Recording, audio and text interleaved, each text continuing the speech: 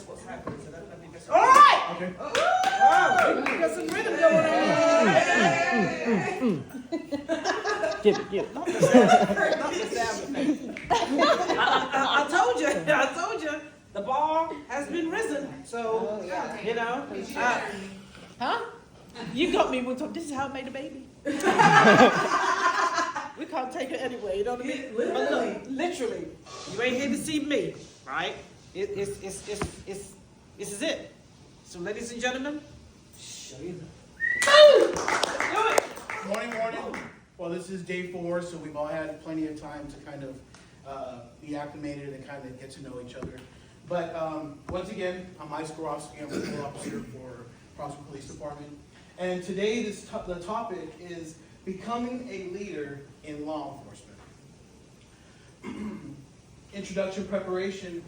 Becoming a leader in law enforcement is a course aimed to empowering officers to exceed average expectations and achieve their full potential.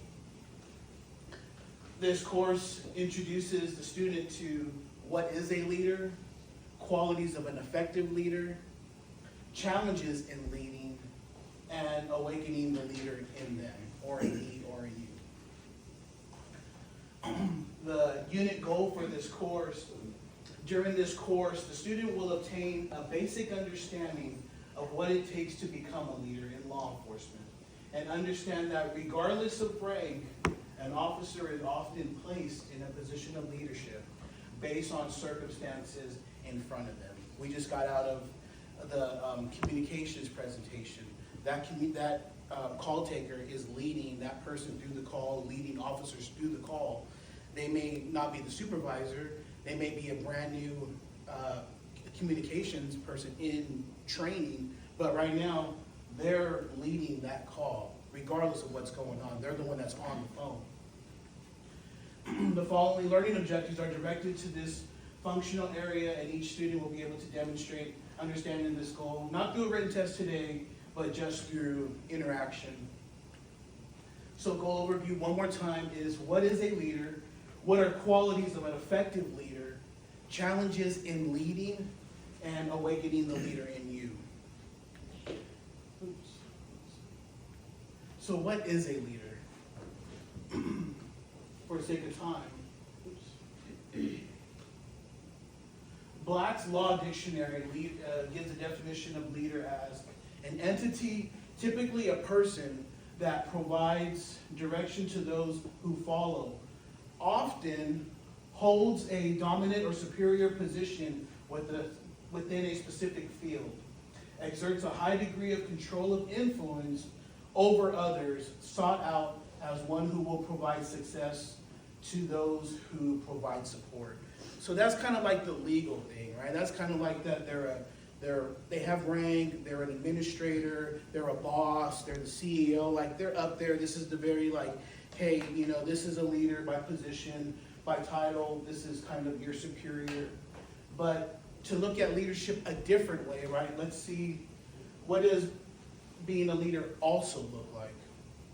Leadership is about inspiring, guiding, and rallying the crew to reach a common goal. Occupying a leadership position is not the same thing as leading. To lead, you must be able to connect, motivate, and inspire a sense of ownership of shared objectives. A good leader should have integrity, self-awareness, courage, respect, empathy, and gratitude. So when you recognize this picture, that gentleman in the front is not the most highest ranking officer in that picture. He is not the most seasoned officer in that picture, yet he's in the forefront of that line accomplishing what they were doing that day. What defines a true leader? Again, these are just other definitions, right? Just to kind of broaden our horizon on what leadership is as opposed to what we may have only seen it as before. In short, the definition of leadership has nothing to do with the hierarchy of anyone's position within the company. Leadership is the attitude assumed by those looking for something different, who are committed to achieving a goal and whose conviction they may manage to transmit to others through enthusiasm and optimism in order to reach a common goal.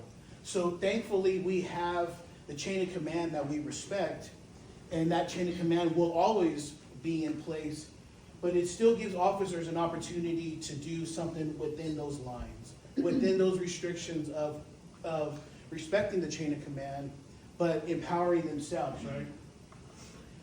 So what are qualities of an effective leader? And I'm gonna tell you from the beginning, up front, just because everybody likes you and agrees with you and is on board with you, it doesn't always stay that way. There will be challenges. But if we're gonna look at qualities of an effective leader, we can see that accountability, active listening, collaboration, courage, communication, empathy, flexibility, focus, growth, mindset, innovation, optimism, passion, patience, problem solving, resilience, respect, self-awareness, transparency, trust. It doesn't say certifications, proper training, years in service. These are some things that all of us already obtain. I have a video, let's see if it'll play.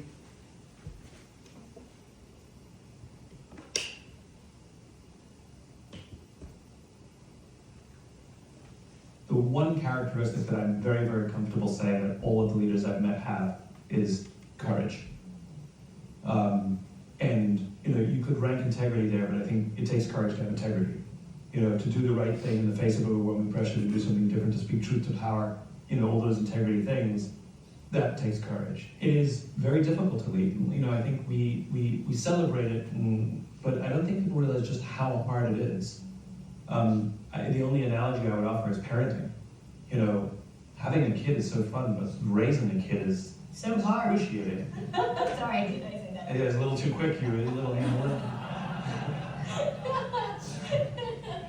It's really difficult, and it's often thankless, and it's often lonely, and it's often exhausting, and it's often infuriating, it's often frustrating, and you screw it up on a regular basis, and you're like, that's it, I've screwed up my kid for life, And yet, for some reason, it's one of the most rewarding, if not the most rewarding thing you'll ever do in your life, for these unexpected glimmers. When you catch your 5-year-old sharing with your 4-year-old, when you check to make sure your 8-year-old is sleeping to find out that they're under the blankets with a flashlight reading. The first job, the first school play, all of these unexpected glimmers make all the sacrifice and exhaustion worth it. And leadership is the same. Leadership is lonely very often, thankless very often, unfair. Like if everything goes right, you have to give away all the credit, and everything goes wrong, you just take all the accountability. Well, that sucks. But it is those unexpected little glimmers, like when your team rallies around to help each other when somebody's struggling, or when they solve an unsolvable problem, and you sit back and you go like, yeah, that's my team, and it makes it all worth it.